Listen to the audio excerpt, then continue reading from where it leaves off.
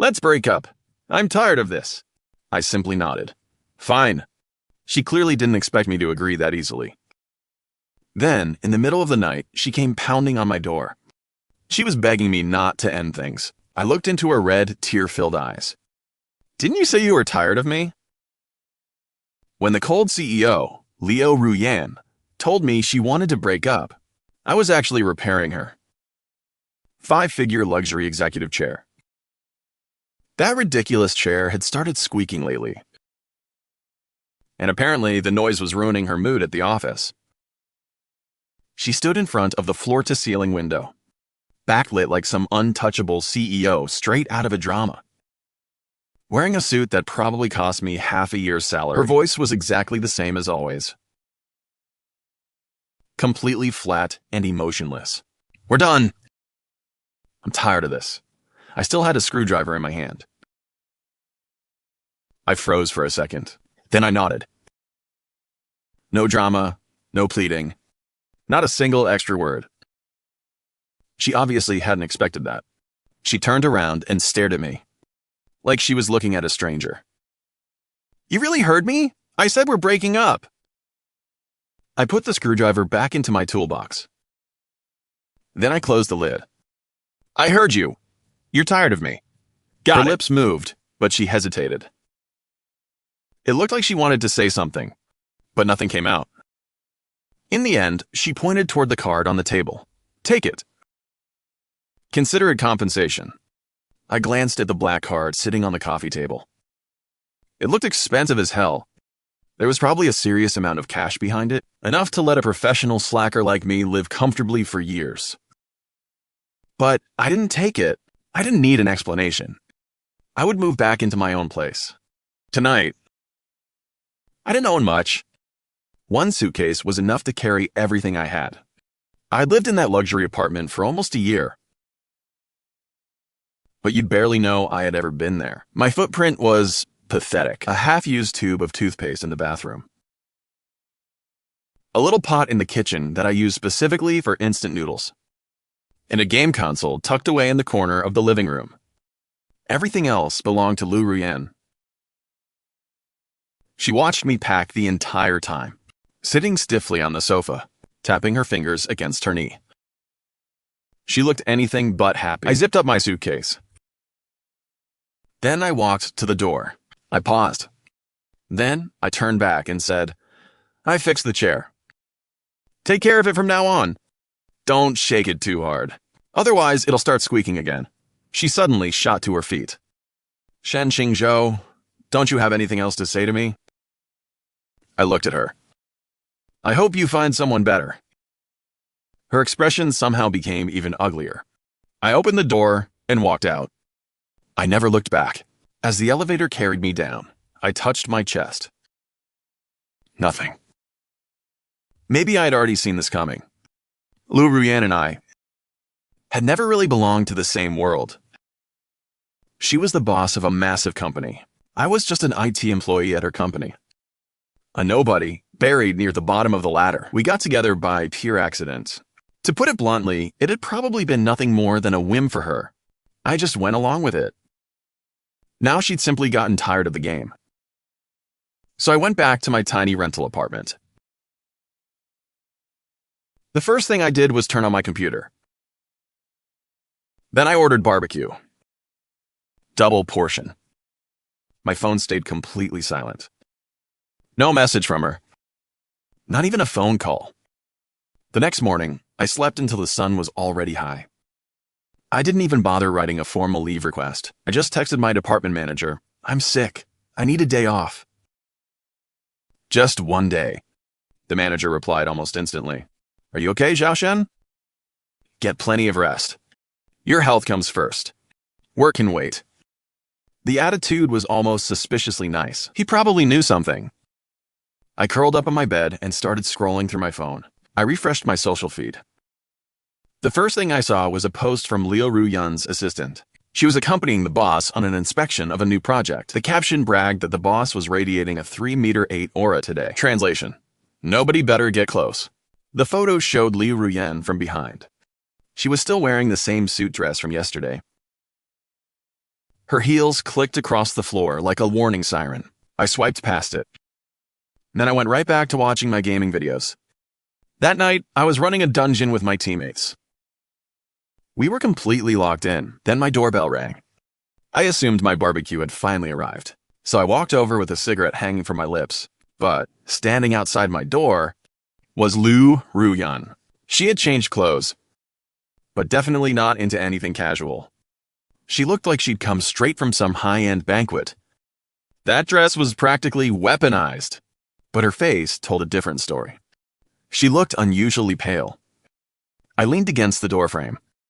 I had no intention of inviting her in. Her eyes immediately landed on the cigarette in my mouth. She frowned. "When did you start smoking?" "Always have. I just didn't smoke around you." She went silent for a moment. "You're not going to invite me inside?" "Not really convenient. My place is a mess." "I'd hate to ruin your precious CEO eyes." She took a heavier breath. "Shen Xingzhou, do you really have to talk to me like this?" "Then how should I talk to you?" I flicked the ash from my cigarette. "Please give your instructions, President Liu." She stared straight at me. Her eyes were bloodshot. "Why didn't you take the bank card yesterday when you left?" "Oh, I forgot." "If you want, you can give it to me now." She looked like I'd just punched the air out of her lungs. Through clenched teeth, she muttered, "I didn't bring it." "Then forget it. I don't need that little bit of money anyway." She didn't leave. She didn't say a word. She just stood in my doorway, staring me down like we were in some bizarre boss fight. The motion-activated light in the hallway suddenly went dark. She seemed to shrink her shoulders for a moment. I let out a quiet sigh. Then I put my cigarette out in the ashtray beside the door.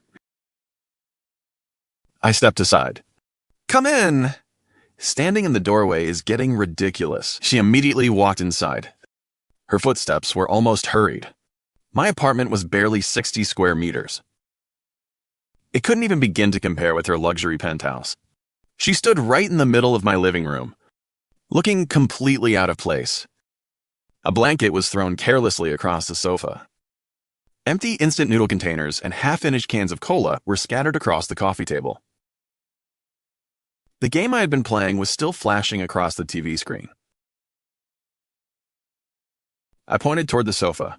"Sit wherever. Relax. I promise the furniture isn't contagious." She didn't sit. She just kept looking at me. "You really started gaming again immediately after yesterday?" "What else is I supposed to do? Cry? Get drunk?" "That sounds boring." She pressed her lips together. "You really don't seem sad at all." "I'm fine. I'd already imagined this day." "So, accepting reality isn't exactly difficult for me." "You'd imagined this?" She repeated. "Since when?" "Since the very first day I met you," I answered honestly. Her face became even paler. Paler than the foundation covering her skin. For a moment, the entire room felt frozen. She stood there in silence. Finally, she dragged over a dining chair and sat down. Her back was perfectly straight, like she was sitting in a board meeting. "I'm hungry," she said. I blinked. "There's a convenience store downstairs. They should still have some Odin." "I want the noodles you used to make." She looked directly at me. "The ones you always made before. Just add an egg." I scratched my head. "We broke up, remember?" "You were the one who ended it. Just because we broke up doesn't mean I can't have one bowl of noodles." She actually looked offended. "You're that petty?" I couldn't help laughing at the absurdity of it. "Just wait." I walked into the kitchen. I dug out a pack of noodles, grabbed a couple of eggs and some greens, and started cooking with whatever I had. She didn't follow me in, but I knew she was standing outside watching as I made the noodles. It was just a simple bowl of clear broth noodles, topped with a fried egg, and a few green vegetables. I carried it out and placed it in front of her. "Eat. Once you're finished, you can leave." She picked up the chopsticks. She ate painfully slowly, one bite at a time, like she was counting every grain of rice. When she finally finished, she put down the chopsticks. "It's a little salty." "Fine, I'll watch the salt next time." "Although there won't be a next time." Her expression darkened again. You really just want me gone? I started gathering the bowls and chopsticks. Are you planning to stay the night? I only have one bed. It won't exactly accommodate someone as important as you. She stood up. She picked up the handbag she'd left on the sofa. I'm leaving. No need to see me out. She walked toward the door. Her hand settled on the doorknob. Then she suddenly turned around. I almost forgot about the chair. If it breaks again, call customer service. The warranty card is in the coffee table drawer. Calling me won't help. I quit. Her head snapped up. When did that happen? This afternoon. My electronic resignation was already approved. So you're not my boss anymore. She looked completely out of words. She opened the door, and this time her footsteps were heavy. Thud, thud, thud. I closed the door behind her. Then I went straight back to my computer. My character was already dead. My teammates were roasting me through voice chat. I put my headset back on. Had something come up? Let's keep going. The next day, I started wondering whether I should find a new job, or just take 2 months off and enjoy being unemployed. Then someone knocked on my door again. This time, it wasn't Liu Ruyan. It was her ridiculously competent assistant. Assistant Wang, a smiling corporate NPC. He gave me an overly enthusiastic grin. He was carrying several luxury shopping bags. Mr. Shen, President Liu asked me to bring you some things. I blocked the doorway. What things? Some clothes for the new season. And some snacks you like. President Liu said you should take them. I cut him off. I don't need them. Mr. Shen, please don't make this difficult for me. Assistant Wang's smile became painfully awkward. President Liu specifically ordered me to do this. She can give whatever orders she wants. I can refuse whatever I want. That's between us, not you. Take everything back. I closed the door. A little while later, my phone rang. It was an unfamiliar number. I answered. Hello? There was silence on the other end for several seconds. Then I heard Liu Ruyan's voice. Why won't you take them? I don't have any use for those brands. They look like knockoffs the moment I put them on. Then what do you want to eat? I'll have my assistant buy it. Liu Ruyan. I deliberately called her by her full name. What exactly are you trying to do? Silence again. All I could hear was her breathing. A long silence passed. Then her voice came through, small and unsteady. My stomach hurts. I didn't eat properly yesterday. And I haven't eaten today either. So, I asked, why are you calling me? Call your private doctor. The medicine he gave me isn't working. Then, I'm even less useful. I'm just the guy who fixes computers. I happen to know how to make noodles, but I can't cure your stomach. Her voice trembled slightly. Do you really have to be like this? You're the one who wanted to break up. I reminded her, you're the one who said you were tired of me. I finally agreed. Well, what was he planning to do with me now? He didn't even bother answering. He simply hung up on me. I stared at the dead screen, wondering what the hell I had just gotten myself into. Then I pulled the last cigarette from my pack. My mood was already going downhill. For the next 2 days, things finally went quiet. I sent out a few resumes and managed to land 2 interviews. Neither one exactly blew me away. Then my old college buddy Zhou Hao called me out of nowhere. He wanted me to join him for a few drinks. Apparently, the guy had just gotten promoted. At the BBQ stall, Zhou Hao threw an arm around my shoulder and laughed. So you really quit? That was a massive company, you know? I clinked my beer against his and shrugged. Then he started teasing me about that woman and the whole mess with her. Apparently, even President Liu had completely cut me loose. Zhou Hao slapped his thigh the moment he heard that. Then aren't you taking a huge loss? You walked away with absolutely nothing. Nothing? I got my peace and quiet. Yeah, right. Save the act. Zhou Hao clearly didn't believe I could forget a woman of her caliber. Someone like that isn't exactly easy to let go of. I took another sip of beer and kept my mouth shut. Whether I could let go or not didn't really matter anymore. She had already rejected me, chasing after someone who didn't want me. That would just make me look pathetic. We were still drinking when Zhou Hao suddenly jabbed me in the arm. Bro, Look over there! I followed his gaze.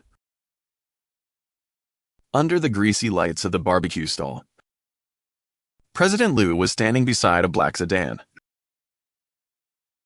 and she was staring directly at me. For once, she wasn't dressed in her usual business suit. She was wearing a dress with a long coat draped over it. Standing there, she looked completely out of place in this rough little food stall. Damn! Zhou Hao nearly forgot how to blink. How did she even find you here? I put my beer down. You keep drinking. I'll go see what she wants. I walked straight toward her. As I got closer, I caught the faint scent of her perfume. Strangely enough, it mixed with the smoky grease hanging in the air. The combination was bizarre. I stopped in front of her. You've been following me? She didn't answer. She just stared into my eyes. Then, she calmly explained that she'd tried calling me. My phone was on silent. Was there something you needed? She told me she hadn't eaten dinner yet. Then she pointed toward the barbecue and said she wanted some too. She casually indicated the skewers being served at the next table. This place isn't exactly suitable for you. She immediately shot back. If you can eat here, why can't I? I've got a tough stomach. You're used to a much more comfortable life. If you get sick from the food, don't expect me to take responsibility. Instead of backing off, she stepped closer. Close enough that she was almost pressed against me. I don't need you to take responsibility. Under the dim lights, her eyes were almost frighteningly bright.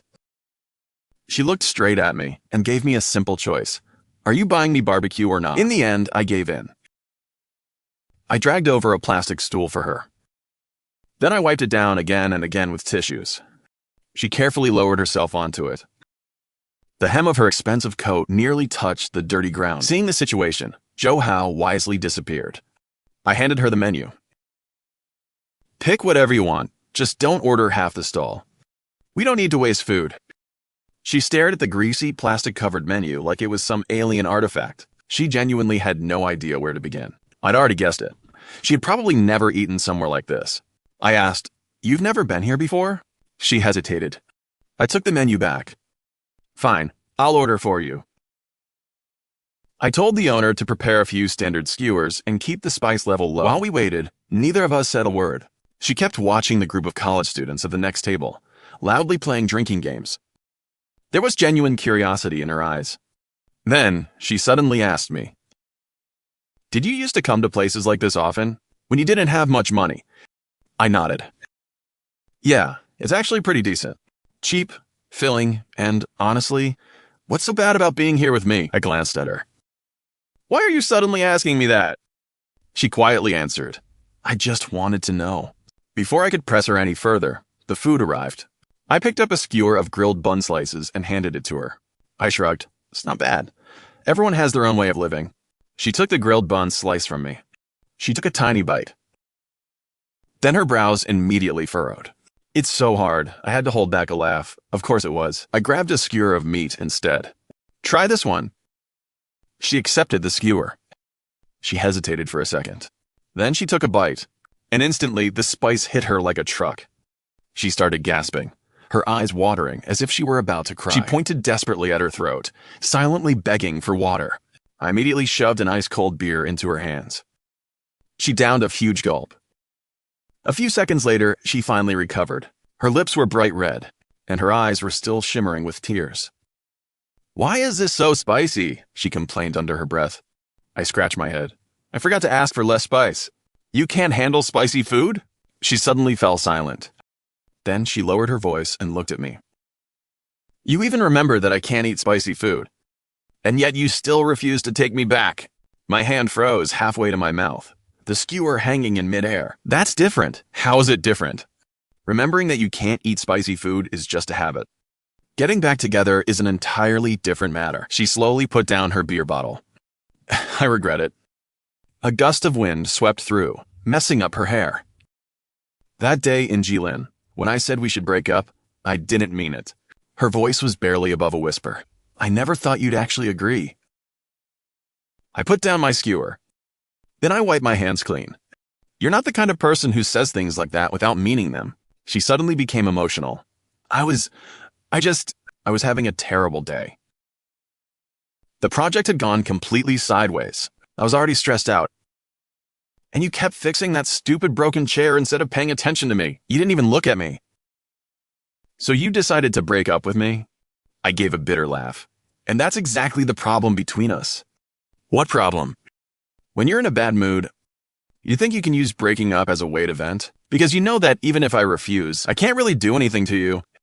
You know, I'll always be the one backing down. But what if I'm the one having a bad day? Can I smash things?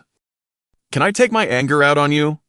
No, because you're Liu Ruyan and I'm Shen Xingzhou. We were never on equal ground. She opened her mouth. She wanted to say something, but nothing came out. The light in her eyes slowly faded. When she finally spoke, her voice sounded painfully dry. So, you never really loved me. You only stayed because I was your roommate. Because of Ruyan? I shook my head.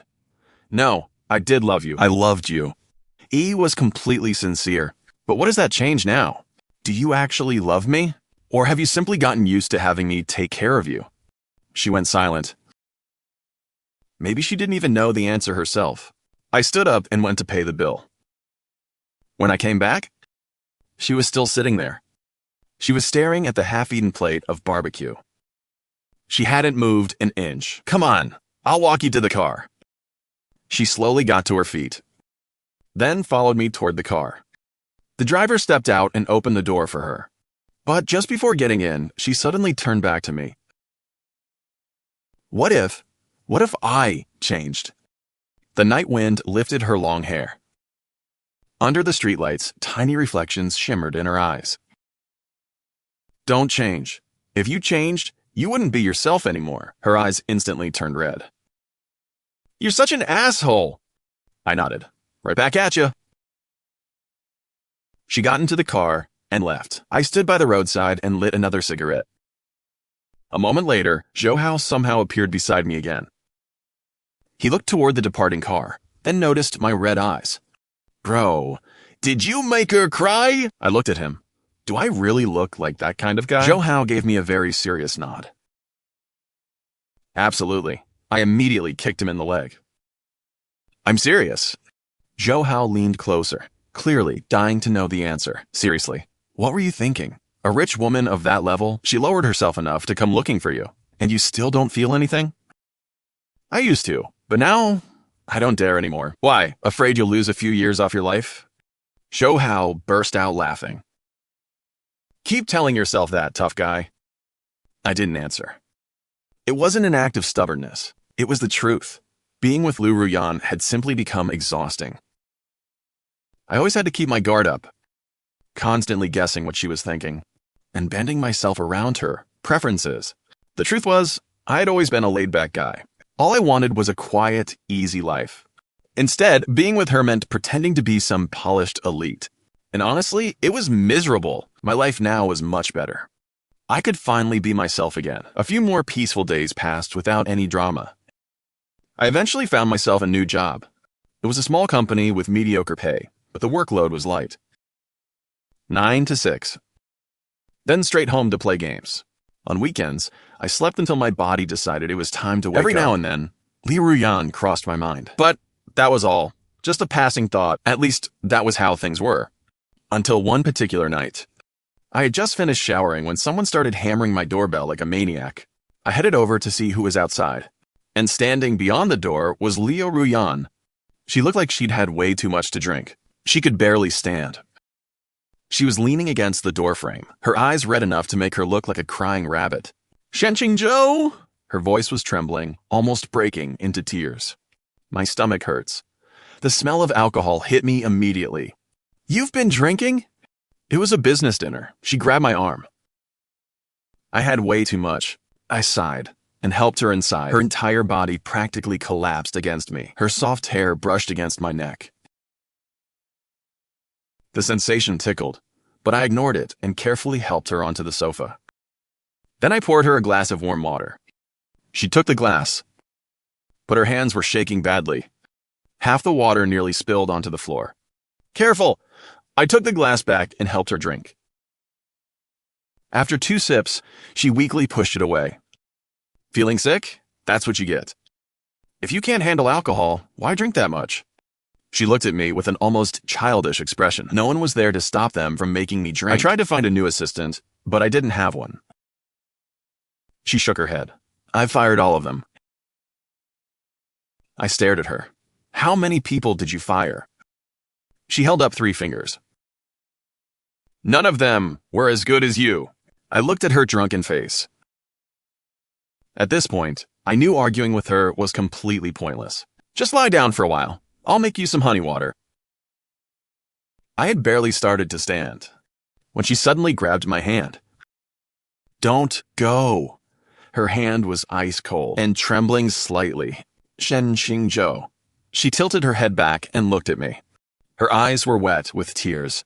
I'm sorry. I instinctively asked, sorry for what? I shouldn't have said we should break up. She buried her face against my palm. I shouldn't have lost my temper like that. I shouldn't have been so obsessed with saving face. Her voice was muffled, thick with the sound of tears. I won't do it again. Please come back to me. She waited. But I gave her no answer. She slowly raised her head. You still won't forgive me? Tears finally rolled down her cheeks. I've already begged you like this. I gently pulled my hand away. You're drunk. I'm not drunk. She suddenly became agitated. I'm completely sober. I know exactly what I'm saying. A sober person wouldn't be saying things like this. Then tell me what I'm supposed to say. She swayed unsteadily as she spoke. I'm supposed to tell you that I miss you. That I can't sleep without you. That every time I see that empty chair, it hurts. She suddenly grabbed me by the collar. Then teach me. Tell me what I have to say. Tell me what I have to do to make you come back. I stared into her bloodshot eyes. For the first time, I saw her without that cold, untouchable mask. The woman who had always stood high above everyone else was now nothing more than a lost little girl standing in front of me. I told him to sit down before he fell over, but he stubbornly refused to let go of my collar. He clung to me like his life depended on it. Then he demanded an answer from me. Tonight. I asked what answer he wanted. His eyes locked onto mine. Do you still want me? He stared straight into my eyes. And this time, every word came out painfully clear. That question hit me like a hammer. The entire room fell silent. I could hear nothing but the refrigerator humming while his hand gripped my collar. He was squeezing so hard, his knuckles had already turned white. I told him he had drunk too much. I tried to brush the question aside again. I even tried prying his hand away. But he shot back that he wasn't drunk. Then his grip tightened. He practically collapsed against me, refusing to back down. He accused me of doing this every time, changing the subject whenever things got serious. I was avoiding the answer because I didn't have the courage to face it. So I finally asked him, what exactly do you want from me? He wanted us back together. Then he hesitated, as if even saying it had become terrifying. He wanted everything to go back to the way it used to be. The way it used to be? I asked if he was really sure that was what he wanted. Because the old version of us meant he was always buried in work, barely ever around. Whenever I tried talking to him, he was answering emails instead. Even our meals together were constantly interrupted by one phone call after another. Even intimacy between us felt like another appointment he had to rush through. I asked him if he really hadn't suffered enough living like that. He froze. His mouth opened, but no words came out. Several seconds passed in complete silence. I watched the light in his eyes slowly shatter.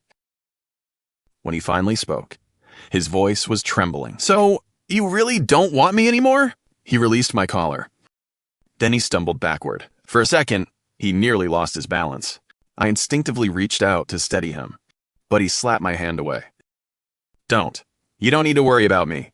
He grabbed the wall and forced himself to stand. His head dropped. His long hair fell over his face, hiding his expression. I couldn't see what he was feeling. All I could see were his shoulders trembling ever so slightly. I understand. His voice was barely above a whisper. Sorry for bothering you. Then he turned and headed for the door. His steps were unsteady. I simply stood there and watched him. He reached for the doorknob once. He missed it, then tried again. Still nothing. Then his body slowly slid down the door. He ended up sitting on the floor. He buried his face against his knees. He didn't make a sound. I stood there, watching him curl into himself like he had nowhere else to go. His back rested against the door. He looked so small. Nothing like the person I usually knew. The normally intimidating President Liu, the woman who could dominate an entire room, was completely broken. I stood there for nearly a minute. But in the end, I still walked over. I crouched down in front of her. She didn't react. I reached out and gently touched her shoulder. She suddenly flinched. And that's when I saw her face, completely covered in tears. I had never seen her cry before. Not even once. She snapped at me through her tears. "What are you staring at?" She sniffled, trying to hide how badly she was crying. I told her I'd never seen her cry before. She wiped her tears away aggressively with the back of her hand. But the harder she wiped, the more tears came. Then she admitted, through sobs, that her stomach hurt badly. She looked completely miserable. I asked why she had drunk so much in the first place. That only made her cry even harder. And damn it, I finally couldn't keep my heart cold. I pulled her up from the floor. Then I helped her onto the sofa. I went into the kitchen and made her a warm cup of honey water. She sat on the sofa, hugging her knees. Her eyes were swollen and red. She looked less like a ruthless CEO and more like a wounded stray. I handed her the cup. She accepted it and took tiny, careful sips. When she finished, she quietly handed the empty cup back to me. I asked if her stomach still hurt. She said yes. I went looking for some stomach medicine. Following the instructions, I took out 2 pills. Then I poured her another glass of water. I told her to take the medicine. She stared at the pills in my hand. She complained that they were bitter, and I nearly laughed out loud. "Seriously, Liu Ruyan, how old are you?" she pouted. Clearly, she wasn't happy about it. Still, she reluctantly put the pills into her mouth. Then she gulped down a huge mouthful of water. She swallowed the medicine. Then she stuck out her tongue like a spoiled kid. "That tastes awful." I ignored the complaint. I simply put the glass back on the coffee table. She sat quietly on the sofa for a while. Then she slowly shifted closer to me. A little closer, until her arm finally brushed against mine. I turned to look at her. She immediately lowered her head. She pretended to be fascinated by her own fingers. Then she quietly brought up the question I'd asked her earlier. She said she'd thought about it. She was talking about whether we could continue our relationship. She took a deep breath. "Maybe it doesn't have to be the same as before." I asked what she meant. She hesitated. I could take fewer calls." She kept staring down at her knees. She promised to put her phone on silent whenever we ate together. She would even try not to work overtime on weekends. The more she talked, the quieter her voice became. Even she sounded like she wasn't convinced she could do it. I asked if that was all. She thought for a moment. "I could learn to eat spicy food. I could even go with you to those street food stalls. I could go outside without an umbrella and get some sunlight too." She finally raised her head and looked at me. Her eyes were still red from crying, but they were shining with hope. All changed. "Really?" I looked directly into her eyes. She was completely serious and painfully hopeful.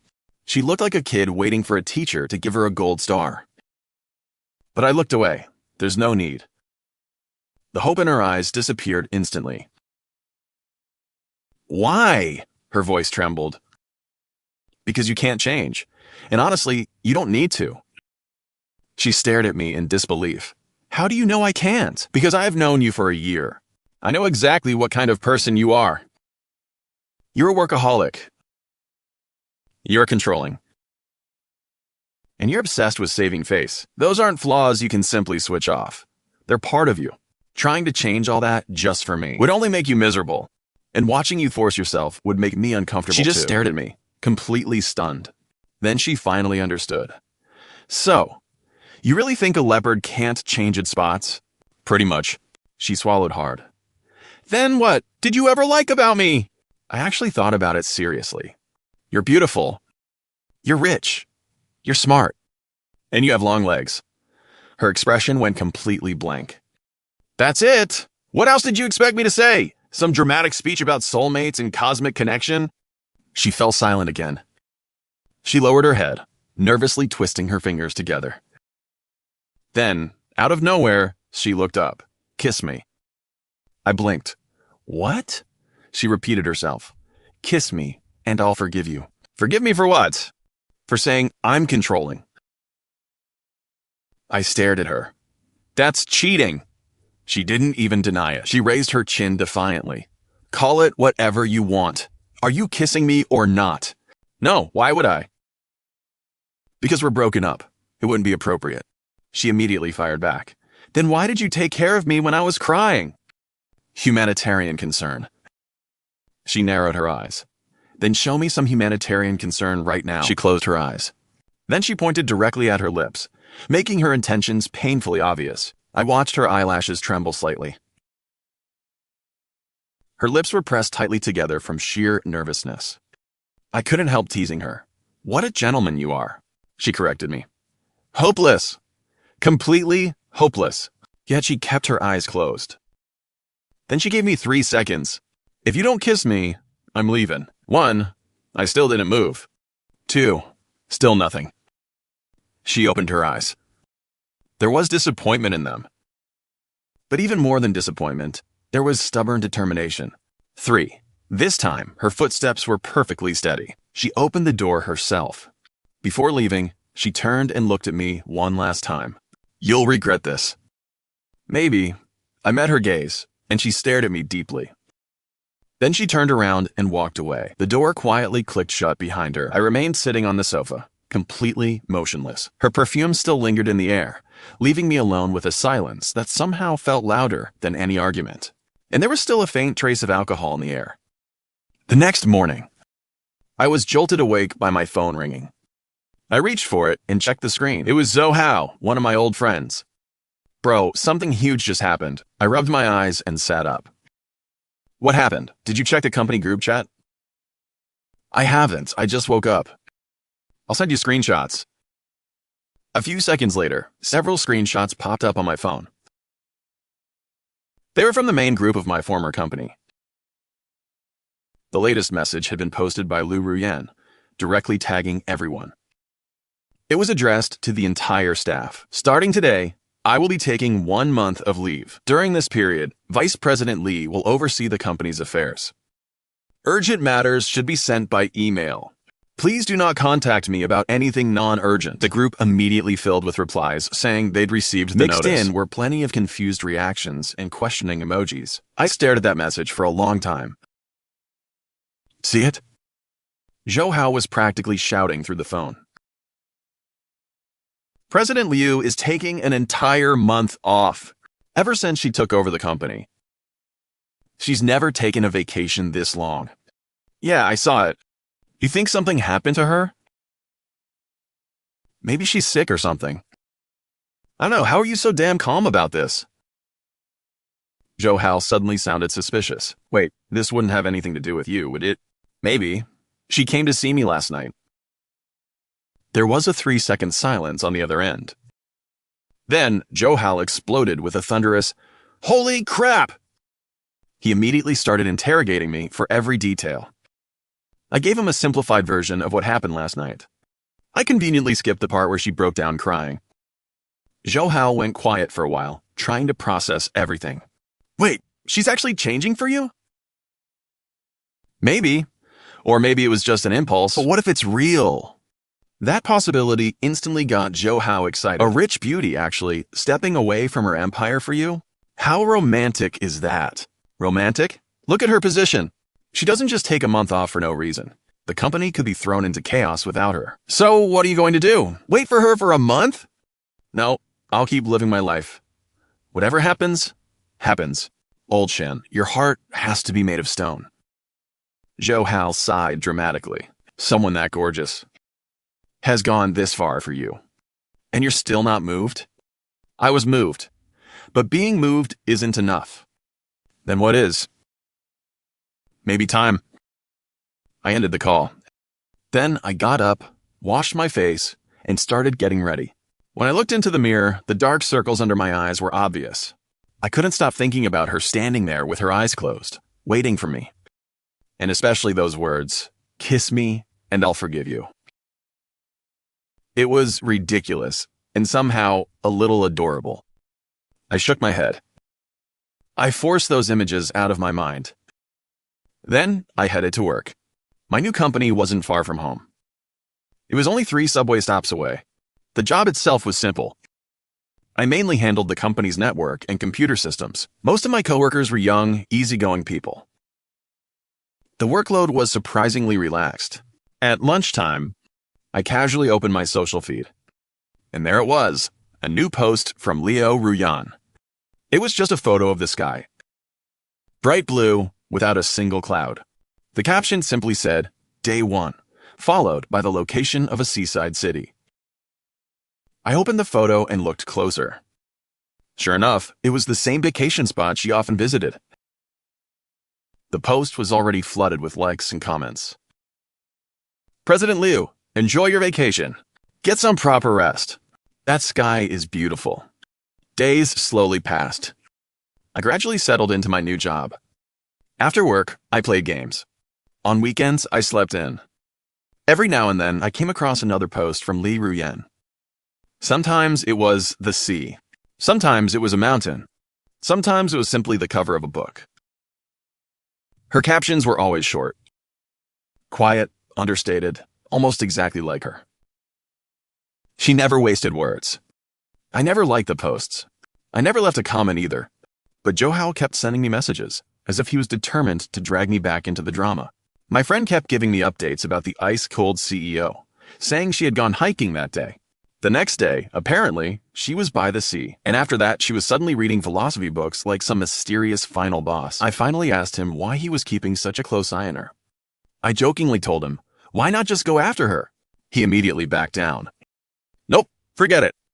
A woman like that, I definitely can't handle her. Then he laughed and said that she and I were probably a better match anyway. I wasn't interested in debating who was compatible with whom. At that point, talking about it was completely meaningless. About half a month passed. Then, one Saturday morning, my doorbell dragged me out of bed. I assumed it was just a delivery. So I opened the door in my pajamas without giving it a second thought. And standing outside was none other than the ice-cold CEO herself, Liu Ruyan. She looked a little thinner than before, but somehow, she looked healthier and more relaxed. She wasn't dressed like the ruthless executive I was used to seeing. Just a simple t-shirt and jeans. Her hair was tied back in a ponytail. No makeup, no executive aura. Just 2 plastic grocery bags hanging from her hands. They were packed with vegetables, meat, and other ingredients. She smiled at me like this was the most normal thing in the world. Then she casually told me she'd bought groceries to make breakfast. I just stood there in the doorway. My brain completely refused to process what was happening. Meanwhile, she simply stepped past me and walked inside as if she already owned the place. She told me to go wash up. Breakfast would be ready soon. Then she headed straight into my kitchen like she'd been doing it for years. I remained frozen where I stood. Watching her move around my kitchen felt so unreal that I honestly wondered if I was dreaming, because this wasn't the woman I remembered. After washing up, I finally came back out. And somehow, she'd already transformed my table into a proper breakfast spread. Fried eggs, bacon, toast, along with 2 glasses of milk. She took off her apron and sat across from me. I stared at the woman in front of me, still struggling to believe this was real. I finally asked her why she'd come. She simply said she'd been bored during her vacation. Then she remembered something I'd once told her, that weekends were meant for actually sitting down and enjoying breakfast. I looked at the food on the table. Then I looked back at her. I asked if she'd really made all of this herself. She looked surprisingly proud of herself. She'd been practicing for half a month. Apparently, she'd finally learned how to fry an egg without burning it. I picked up my fork and took a bite. And I had to admit, the egg was actually pretty good. The heat was perfect. She watched me with the kind of anticipation you'd expect from someone awaiting a final boss verdict. I told her it was definitely better than instant noodles. Her eyes curved into a bright smile. Then she casually promised she'd make breakfast for me more often. I didn't answer. I simply lowered my head and kept eating. When breakfast was over, she immediately gathered the dishes. I stood nearby and watched her wash them. Her movements were still a little clumsy, but she was taking it seriously. I asked if learning how to cook and wash dishes was all she'd done during that month. She immediately corrected me. No, she'd learned plenty of other things too. Things like how to relax, how to waste time without feeling guilty, and most importantly, how to stop thinking about me. She said those final words with unmistakable clarity, and I heard every single one. So I asked her the obvious question. How did that go? She shut off the faucet and admitted defeat. Then she turned around and looked straight at me. The harder she tried to relax, the more tense and anxious she became, until even wasting time felt exhausting. And the more she told herself not to think about me, the more I occupied her mind. I looked at her wet hands. Then I noticed her eyes were even wetter. She stepped toward me. She admitted she was beyond saving. Then she asked whether I was willing to try and save her anyway. I reached out and grabbed the back of her neck. Then I kissed her. This wasn't some cautious little kiss. It carried every ounce of frustration, longing, and restraint we'd both endured during that miserable month. For 1 second, she froze. Then she kissed me back with even more intensity than I'd expected. The plate in her hands slipped straight into the sink. It crashed loudly. Neither of us cared. The kiss carried the cool taste of toothpaste, mixed with the salty flavor of the bacon we'd just eaten. Maybe her tears had simply arrived a little late. We finally pulled apart only because neither of us could breathe anymore. Her lips were flushed. Her eyes were bright with tears. Her chest rose and fell as she caught her breath. Between breaths, she asked whether that meant her rescue mission had officially succeeded. I brushed my thumb gently across the corner of her lips. Then I told her we'd have to see how effective the treatment was from here on out. She buried her face against my shoulder. She complained that I'd been an absolute jerk just now. I told her I'd learned it from her. She said nothing. Instead, she lightly bit my neck. Then, with her voice muffled against my collar, she quietly asked what this made us now. I knew exactly what she meant. I asked if she thought we'd finally made up. She said that was my call. I told her fine. I'd take her word for it. She immediately lifted her head. Her eyes were shining as she decided that, from that day forward, I was officially under her command.